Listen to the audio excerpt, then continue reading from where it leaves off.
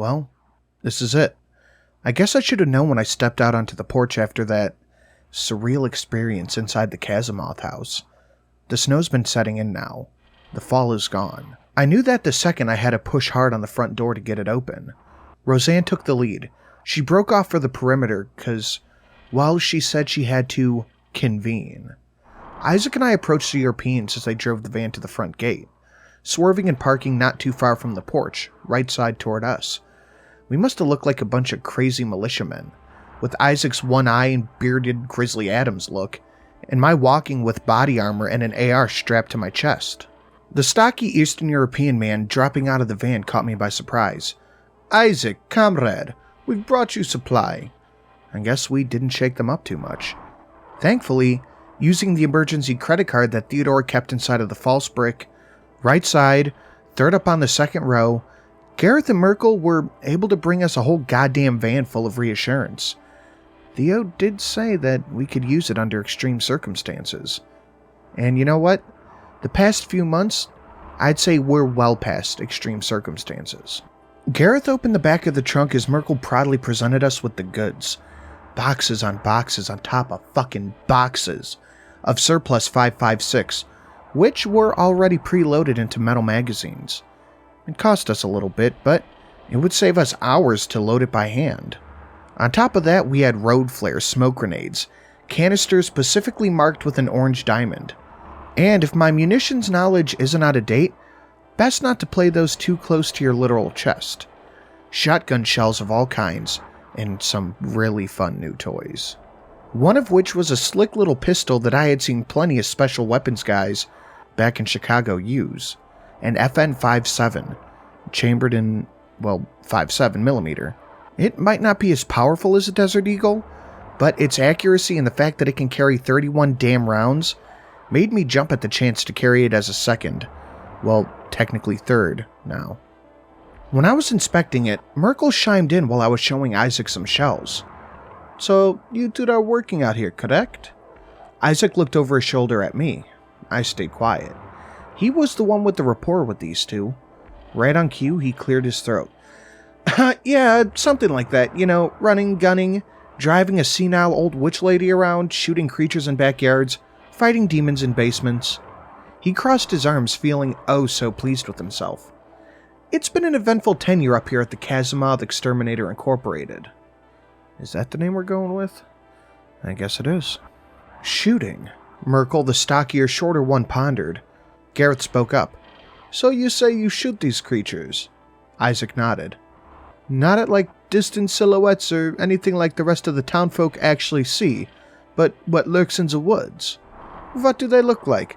How many rounds did it take? Are there multiple species? Is it—" Isaac held his hands up. "Listen, fellers, I said I shot at some. I'll be honest, I don't know what the fuck's going on with this place, even this many months on. But I do know one thing.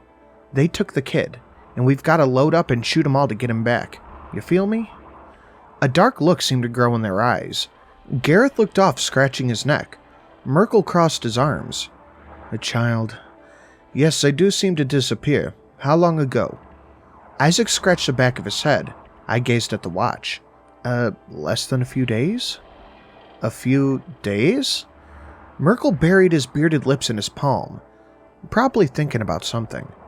By now, I'd gathered a bunch of items in a tough box, dragging it out and heaving it up. "Look, gentlemen, it's always a pleasure receiving absurd amounts of firepower, but we have a job to do." I gave a nod to Isaac and carried it in. As I did, I noticed Roseanne over by the wall. She seemed to be kneeling. I knew well enough by now to just let her do whatever she needed. God knows what would happen if I disturbed her. Probably would be trapped inside a rock for the rest of my life. Or a tree. Probably a tree. Now or never. It's been a while since I did a full load-up on supplies. Like a mission-style load-up. Despite all of the YouTube videos and operator channels recommendations, I'd be carrying 9 magazines, with the 10th on my AR, 6 on my gut, 3 on my belt. My Glock was moved to my left side. It was a backup for my backup, in case I really found myself in the shit, which, considering past situations, was likely. The 5.7 was my new sidearm, strapped to my thigh in a drop holster. It was around this time that I checked the weather, and boy, oh boy, was it getting cold. Like Georgia cold. Hate your life cold. Despite how much I loved it, I ditched my leather jacket, instead sporting a black soft shell and a beanie. And a pair of Oakleys because, well, the last thing I need is to repeat Isaac's incident out there. No offense, brother. Stuffing the rest of the magazines along with a shit ton of smoke for concealment, flares, and incendiaries into my pack, I heaved one strap over my shoulder and headed out. It was by this time that I saw the Europeans were still here. Isaac sat on the bed of their van talking to them, though it seemed by the sheer amount of bandoliers he had done his own knitting out. Roseanne was still over by the wall, praying. Was it praying? Meditating? Demon whispering? I'll have to ask her. I waltzed over, dropping my assault pack by the back tire of the van. Isaac whistled. Damn, Sarge, is this how you rolled back in the day? Not exactly. It was only midday, but by now I could see my breath in the icy air. Then again, we aren't limited by regulation, so fuck it. I eyed Merkel and Gareth, taking off my Oakleys and clipping them onto my plate carrier. What are you two still doing here? The sun's getting pretty low. You probably know what happens when that happens. Gareth walked to the side of the van facing away from us, and I could hear one of the doors slide open. Merkel cracked his neck. Gareth and I were talking. From what it sounds like, you two, or three... Merkel looked over at Roseanne. His eyes told me that he felt uneasy near her. Have faced the best chance against these things, and from what it sounds like, you kill some of them, yes? I nodded. I have sold many guns to many people, not only in this town, but outsiders, neighbors, families, ones who go into the woods and never come back. Now you said your child has gone and disappeared. He waved his hand horizontally. Yet, me and Gareth will help you. Help us? Gareth walked around from behind the van with what he was searching for. He held an elephant gun, bulky big body with a gigantic barrel attached to it. With his other hand, he handed an engraved double-barrel shotgun to his partner in Soviet crime. Yes, help you. The way of my ancestors and your old comrades. I knew what he was saying. I nodded. We were brothers in arms then. Dwight. A voice from behind me so close that I could basically feel her on the back of my neck. That's when I remembered it was brothers and sister in arms. I don't know how nobody saw her approach, since we were in an open lot midday, and the crunch of the snow would have been loud as hell. But Roseanne peered right at the end of our semicircle. Gentlemen, Isaac, after a bit of convening with almost 7 deities, I believe I have an educated guess as to our next move. Educated? Surely you've picked up on my relationship with the earth. It did make sense now that I thought about it. All of the plants, her obsession to stay on the shore near the grass, and how she always sat near that fake-as-hell plastic tree in the living room. There's a lot wrong with this area, this place, but whatever we're currently against isn't native. Isaac racked his Benelli, then started to load shells. Native, like Indians? Roseanne shook her head, squeezing her temple. No, Isaac, I mean natural. That didn't make any sense to me. Are you saying the crab-walking naked man or fucking Tim is natural? Roseanne shrugged. I don't know everything, but what I do know is it's poisoning the area like a virus. The ground, the soul of this place works against it and to our benefit. Also, it gives off directions to its source. Its source? I asked, kind of now getting the idea. Yes, I can guide us. Although generally, if we use the heel-toe express, we might be able to get there in time to save John. If not, we'll at least be able to stop this. We're saving John, Roseanne. I know you want to, Dwight. I'm just saying if things turn out dirty. Wait, which? Gareth perked up, and her ire turned from me to him. Roseanne. Roseanne, you want us to, what? Walk through the damn woods that kidnap people, and that turns their guts into spaghetti? And somehow stops this? Roseanne crossed her arms, staring the lanky man down. You said you wanted to help us. This is what needs to be done. If you're so scared about walking through the woods, how about you ask my friend over here how we camped out in here for the last few months? She pointed at Isaac. They both looked surprised. Listen, I know it's not a good option, but it's the only one, Dwight. I looked around at this motley crew, a retired staff sergeant, a one-eyed trucker, a fortune teller, and 2 European arms dealers. It was going to have to do. We would need to take the trail, not only to save time, but since Roseanne's trail led north, it'd be a good start. I took the lead. The rest followed in a staggered column-style formation. Roseanne was up next to me, pointing out different shifts and the changes in the aura. We saw all types of tracks. Deer, foxes, human, what looked like oversized bird marks. We were nearing tracker number 1 when Merkel said, "So, soldier, you never told me how tough they are." I cracked my neck, my thumb rubbing up against the texture of the pistol grip. "What do you mean?" "I mean, how many bullets do they take?" My mind raced back to that night on the trail. We were near the spot where I was running, rifle in one hand, Glock in the other. One of the creatures walked onto the trail, and in my haste, I trigger-fingered an entire magazine into it, before colliding with its shoulder first. The fall, the mud, my rifle going off and taking a chunk out of the tree. As I ran my hand along the impact mark on the tree while walking, I shrugged. It depends. Although I do know they don't really like to get shot with anything bigger than 9mm. The 2 Europeans cackled from the back. "Don't worry, friends. We have plenty of that to go around." The walk went on for hours, and for the most part, it was pretty uneventful. Maybe it was what transpired in the house, or maybe it was just the excessive amount of ordnance dangling off of us that caused it. But the woods stayed quiet. Not a bird, not a deer, not a hobgoblin jumping out to eat our faces off. Just silence. Roseanne led us all the way to the northern pass, where she led Isaac and the 2 Europeans down a light slope. I turned around, checking down both pathways. Before I knew it, we were off, walking into the pure, absolute unknown. Nighttime found us quickly. Very quickly. Roseanne and I led a group through the woods. She felt the trees as they went by, running her hands over the bark, the dying leaves of the trees and bushes, the sharp pines, like every point of contact was speaking to her. I'm not a religious man, but now I'm a superstitious one, especially after all this shit. One thing is for certain. Whatever she was harnessing to lead us was real. Definitely real. The winter months were showing their presence loud and clear. By 5 p.m. it was getting dark, and the sun was fading away into an orange hue. We needed to bed down. We found a nice clearing right in the middle of our path, about a 100-meter radius from the woodline, with the slight hill giving us a point of retreat if we took contact. 5 straight hours of walking through snow. Piss break, more walking. Isaac eating shit in the snow and his shotgun going off into a small tree. Me yelling at him. Gareth and Merkel laughing. More walking. Gareth claiming to see a man in the vines following us. Merkel claiming he saw a Native American. It was kind of eventful. Isaac and the Europeans were building a fire in the middle of the clearing. Our packs all lined around it. I decided to walk over to the woodline to relieve myself. I noticed Roseanne had walked over to a far-off oak tree. She reached out her palm. I guess convene with it? I could hear those 3 messing around behind me. "Y'all got any matches?" Yet? 9? Well shit, give me one." "No, you fool. 9 is a no." 9 is a no? So what? Yes, 5-2 tomorrow? 4 the Volk arrive? Merkel chimed in. "How about we use a flare?"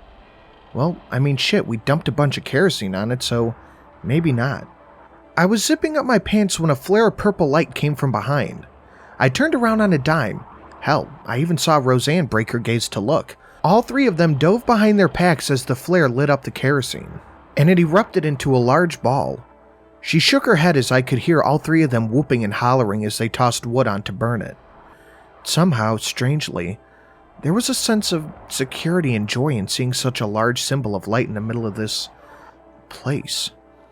As soon as I walked back to the semicircle, Isaac, Merkel, and Gareth were all bullshitting, as usual. I took up a watch position. Nothing too high speed, just scanning the woodline for creatures, making sure Roseanne wasn't dragged off. You know, simple. You could write a book about these 3. "So, Isaac, where are you from?" Gareth asked as he leaned back onto his green canvas bag. Isaac took a moment to think. Idaho, I think." "Idaho?" Merkel said confused. I laughed. "Yeah, you would be from Idaho." Gareth spoke next. So you said I sink. You are not sure? Listen, it's all kind of a haze ever since I was 8, right? To be honest, I'm not sure how I started being a trucker. Just one day I was getting it repaired. I heard this harmonic singing in the woods, and well, I got lost. Singing in the woods? What the hell is up in Idaho?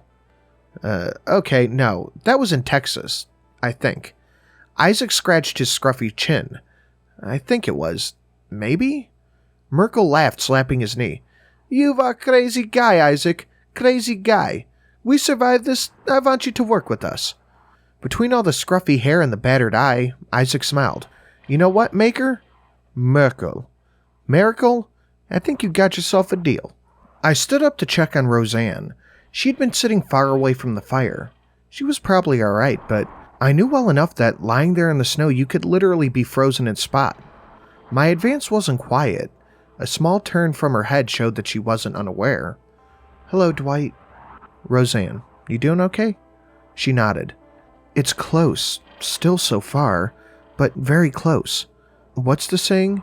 So close yet so far? I scanned the dark woodline ahead of her, before looking down.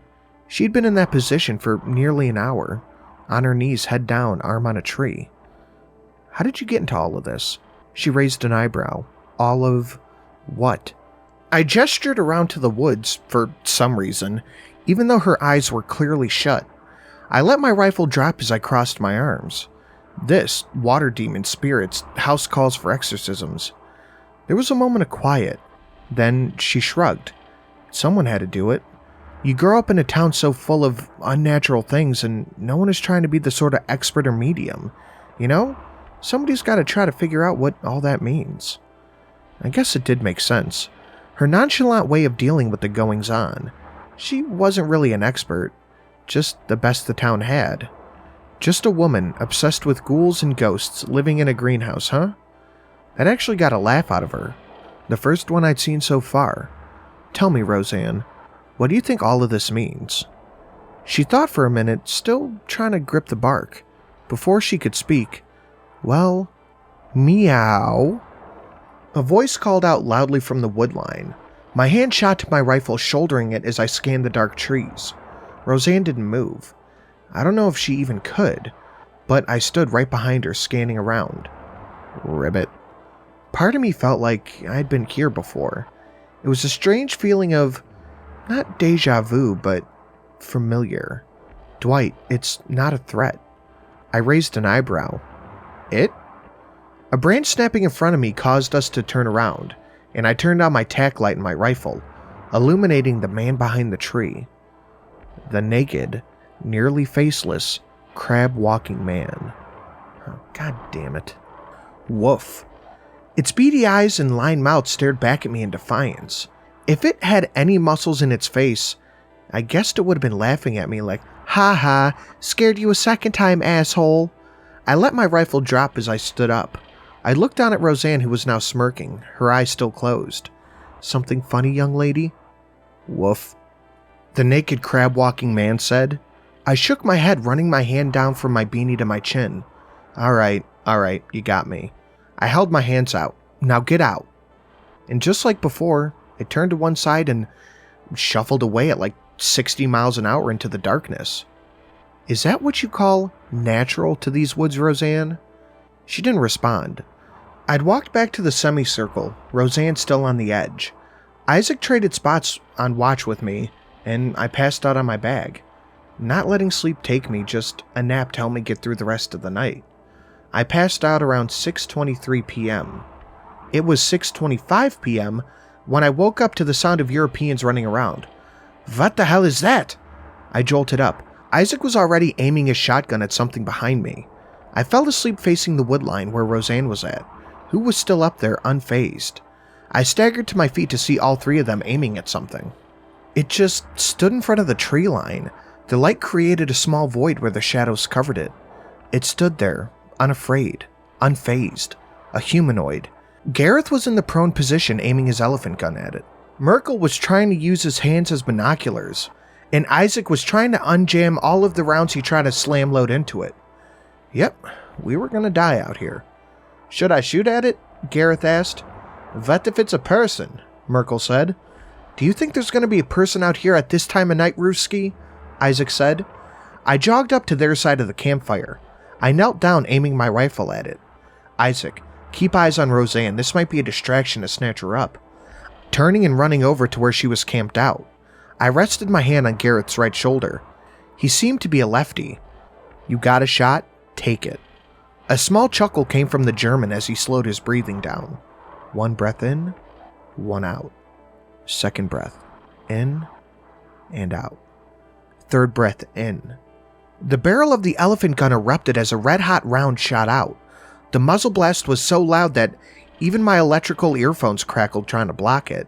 The round went soaring and just missed the figure. The pine tree behind it shook and shuddered as the round hit it head-on. The figure, however, never moved an inch. Instead, remained there. We were less than 100 meters away from it, and yet it never made a move to attack. Instead, it said one simple word back. Hey! Got to admit, even in the dire endgame we were in, I laughed. Gareth, stand down. The German looked confused at my request, but didn't argue when I picked up and jogged over. It was a short run, but in the heavy-ass snow with all my gear, you know. I was giving off a damn cloud of steam when I approached the damn skeleton. Timothy, I said, probably looking like an actual crackhead while talking to this thing. Tim was dead still, no pun intended. Also, I don't think I saw a drop of snow on him. His stand was shinier than ever, and I think I remember him wearing a small scarf around his neck. Do skeletons even need scarves? I guess their bones could get cold, but even if Tim was a real... And I'm asking questions that will never be answered. Narc? For once, Tim said, not waiting till I was looking away to talk. You're a long way from home, Tim. Why are you here?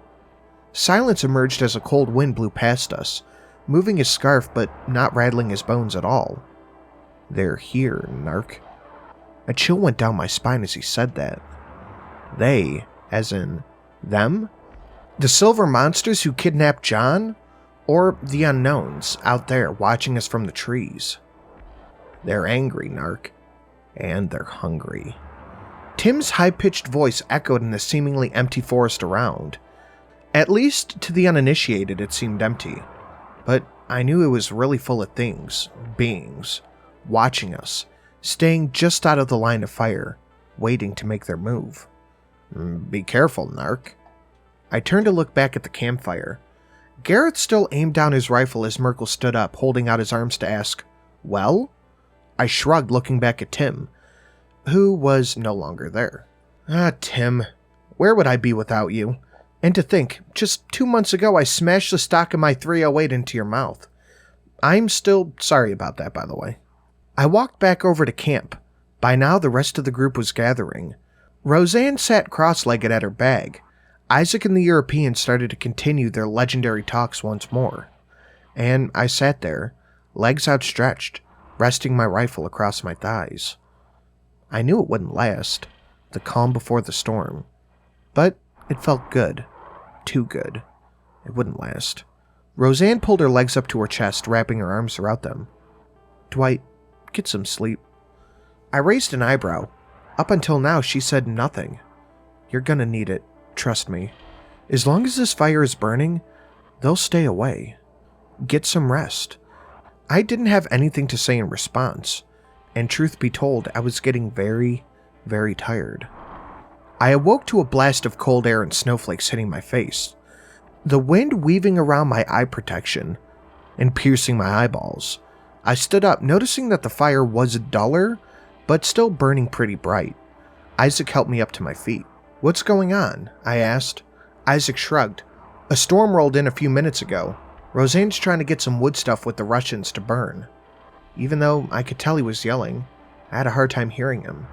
However, I noticed the unusual quiet from the forest around us was lively.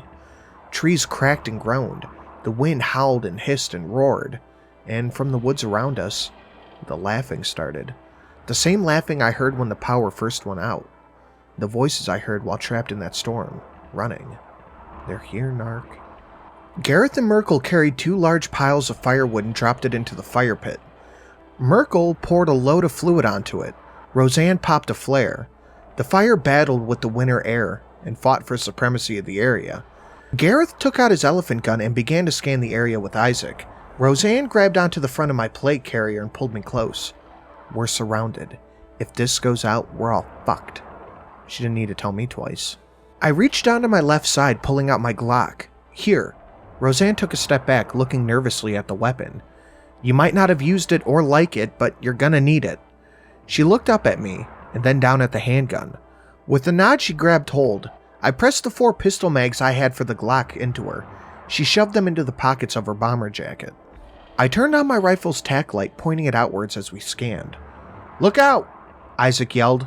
I saw it. It looked like a comet coming right for us. But that was an exaggeration. What wasn't an exaggeration was the fact that an engine-sized rock was coming right for us. Everybody scattered in all directions. I charged out, covering my face. The boulder, as correctly as it was, smashed right into the fire, sending burning tinder and lighter fluid-covered branches soaring in all directions. But more importantly, killing a majority of our light. The laughter was now joined by howls and cheers, as well as roars as I reached for my gun belt. I popped a red flare. Around I could see the rest of the group lighting one as well. A series of colorful pyros surrounded the former campfire. I ran over to my assault pack, heaving it onto my back as I aimed for the woodline. This was it, the calm before the storm. I looked over to my left and gave Isaac a nod, and racked his forend forward, chambering the familiar dark orange shell. I looked to my right. Roseanne gripped her pistol nervously. Which direction are we going? I called out in the wind. Roseanne pointed north. Of course, it was always north. Even if we deviated to the left or right, it all led in one direction. I rolled up the sleeve on my fleece. One piece of gear I had forgotten to mention wasn't from Gareth or Merkel, but from the army.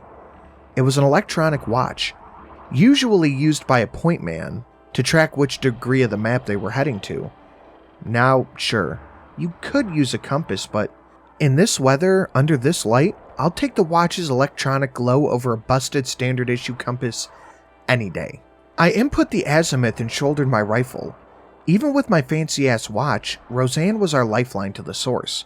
She had little to no combat experience, and by the way she held the Glock, made me realize she probably never learned how to hold one. And now, here we are, waiting for someone, something to take the first shot.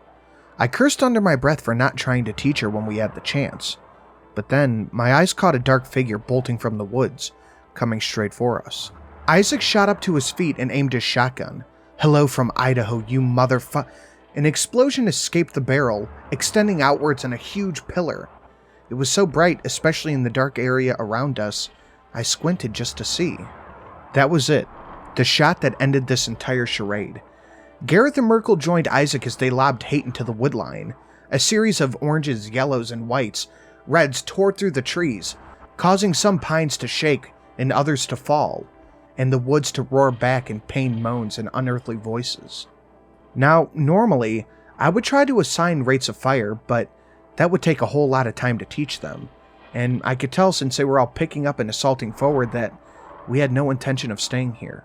Come on, I called to Roseanne. I moved forward. She stayed right at my right side. I could see several figures in front of us. I dropped to a knee, so did she, and we both opened fire at the figures. Semi. A series of controlled bursts from my rifle caused them to bounce back, and even then, I knew I was shooting at fucking silhouettes. Roseanne's rounds were more deterrent, but they helped back up my line of fire. I fired, then she did. Back in the army, we called this talking guns. I picked up and moved forward, pushing to the woodline. This was a fucking mess. Tracers and shots meant to take down fucking rhinos tore through the branches above, causing us to duck and take cover behind trees and fallen logs. They stayed just out of sight of my rifle's light when I was trying to spot them, but just as I zeroed in on them, they were gone. Roseanne called out to us, all the while grabbing onto my arm, dragging me into the direction we needed to go. In the distance, I could hear Isaac cheering, while Merkel and Gareth shouted old war cries befitting of an old battlefield.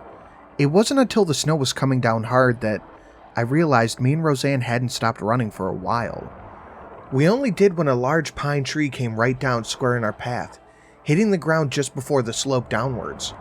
Roseanne stopped just before it, but with all my gear and the weight on my pack, I nearly toppled over. "Dwight!" Roseanne yelled through the wind.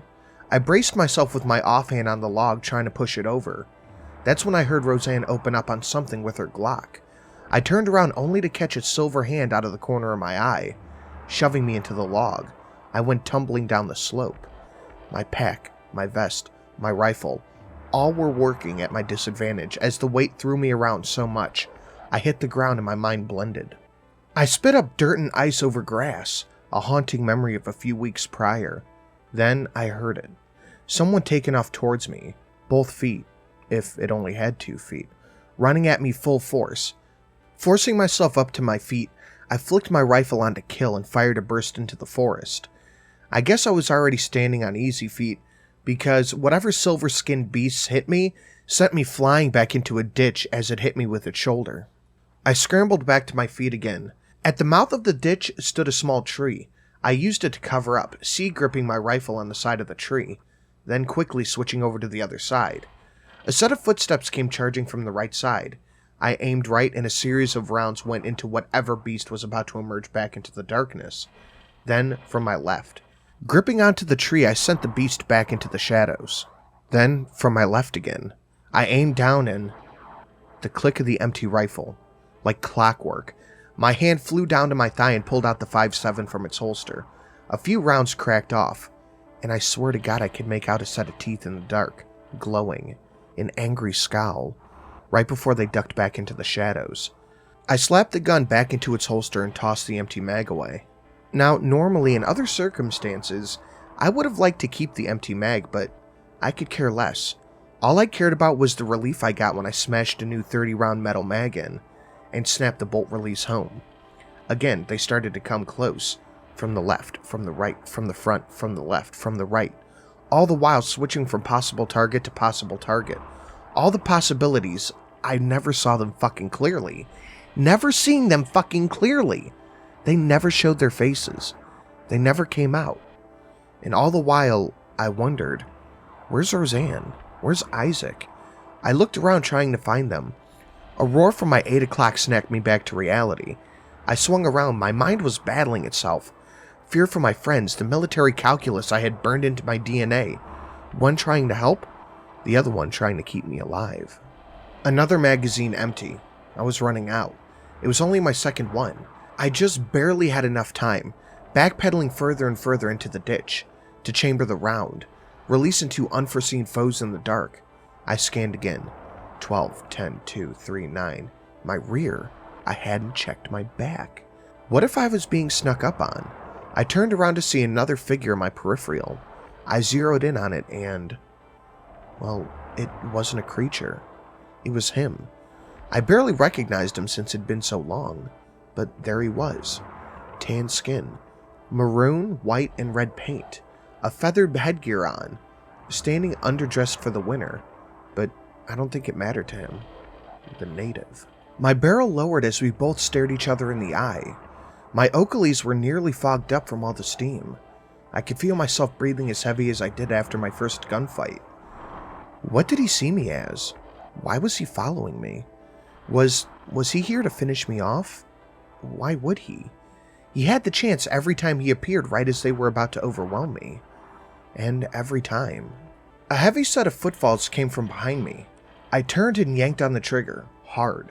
A set of silver hands with black nails were just a meter away from my face before I sent him back into the darkness. Empty. Again. I threw the empty mag from my rifle, loading another one in. I was burning through ammo like no one's fucking business. I turned around and he was... gone. In his place, where he stood, was just moonlight. It shined through 2 tall oak trees, just 50 meters away from me. A clearing. I bolted for it, knowing that it was probably my only hope right now for not getting swarmed. Wretched screams and hands were outstretched. I fired into the woods around me. The carry handle of my bag caught a branch as I powered forward, snapping the branch and causing me to stumble, nearly fall into the snow as I broke out into the clearing. I looked all around. I saw them. 5, 10, maybe a fucking dozen. Dozens. They all stood behind the tree line, but I could finally see them. Some of them silver-skinned monsters from the trail, but others elongated strange creatures with reflective black skin. Others were oversized animals shaped like humans. All of them stopped right at the edge of the woods. I still had my rifle shouldered as I stared out, my lips frozen and quivering. The silence. They just stared, some of them beginning to back off. "Come on!" I roared. Firing off a series of rounds and tracers broke through the air. Some of them hit trees, others rocks, but some still hit them, causing them to jolt and stumble, but never causing them to charge. Instead, they just backed off into the darkness of the woods. I stood there, confused. Then I took a look around the clearing. It was from the drawing, half sunken into a huge divot into the ground, possibly the work of a sinkhole. A large house, bigger than the Kazamoth house, angled and pointed rooftops stood in the distance, defiant of the ground that tried to swallow it. What the hell was this? Hollowed ground? Was it too much for them to... Then it hit me. I looked down at my watch and my arrow pointed dead at the house, toward north, toward the source. This was it. I had reached it, and judging by the cold, harsh winds, no longer broken by distant gunfire, I had reached the end, and I was alone. I don't know how the hell I still have service. I've only got 2, maybe 1 bars, but I guess I'm still within the range of the towers. I'm typing this, my hands nearly frozen up, my lips barely able to make coherent sentences. I've waited for about an hour. I've lit flares, called out. Hell, I fired a full mag into the air trying to signal the others. Nothing. I've consolidated my ammo, about 14 mags. The ones on my vest, the ones in my pack. Around 4.57 pistol mags, and a phone on 18%. And only one entrance into the house. An upper level window I've managed to break open. Looks like a bedroom. I'll be honest. I don't know what's going to come after this. I know I might have said it before, but for real this time. For real. If this one does get posted and it makes it online, this might be one of my last posts. Isaac, Roseanne, Gareth, Merkel, none of them are coming. I'm heading into this house alone, and I don't know if I'll make it out of this. No. John's still down there. Hundreds of people have gone missing. I don't know if I can beat the odds, but I have to fucking try. This is Dwight Nolan, the last member of the Kazamoth extermination team left standing. I'll be back.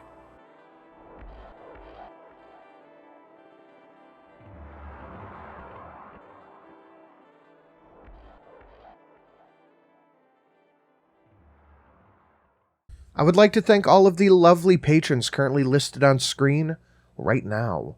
Dan R, Chaos X, JY, Pyromancer, Hayden MH, Ethan A, Daniel H, Maximilian Charles P, Go Cute Puppy LLC, Young Sykes, and Dark Side of the Bear.